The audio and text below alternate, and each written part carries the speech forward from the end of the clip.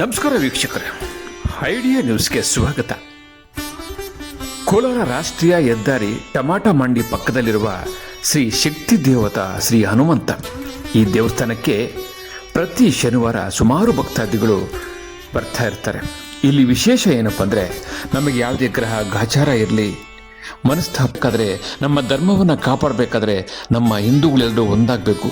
ನಮ್ಮ ಹಿಂದೂಗಳೆಲ್ಲರೂ ಒಂದಾಗಬೇಕಾದ್ರೆ ನಾವು ಪ್ರತಿ ಶನಿವಾರ ದೇವಸ್ಥಾನಕ್ಕೆ ಬಂದಾಗ ಎಲ್ಲರೂ ಕೂಡ ಪರಿಚಯ ಆಗ್ತಾರೆ.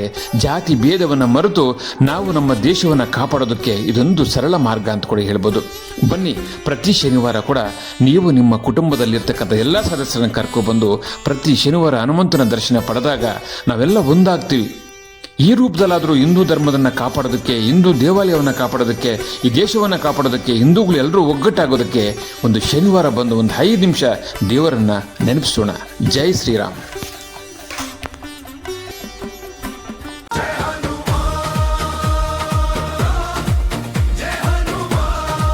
ನಮಸ್ತೆ ಎಲ್ಲ ನನ್ನ ಪ್ರೀತಿಯ ಕನ್ನಡಾಭಿಮಾನಿಗಳಿಗೆ, ಕಲಾಭಿಮಾನಿಗಳಿಗೆ ನಿಮ್ಮ ಪ್ರೀತಿಯ ಶಿವಾರ ಉಮೇಶ್ ಮಾಡೋ ನಮಸ್ಕಾರಗಳು.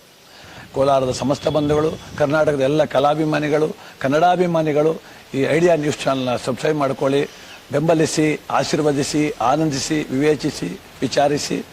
ಐಡಿಯಾ ನ್ಯೂಸ್ ಚಾನಲ್ಗೆ ತಾವೆಲ್ಲರೂ ಕೂಡ ಚಂದರ್ರಾಜ್.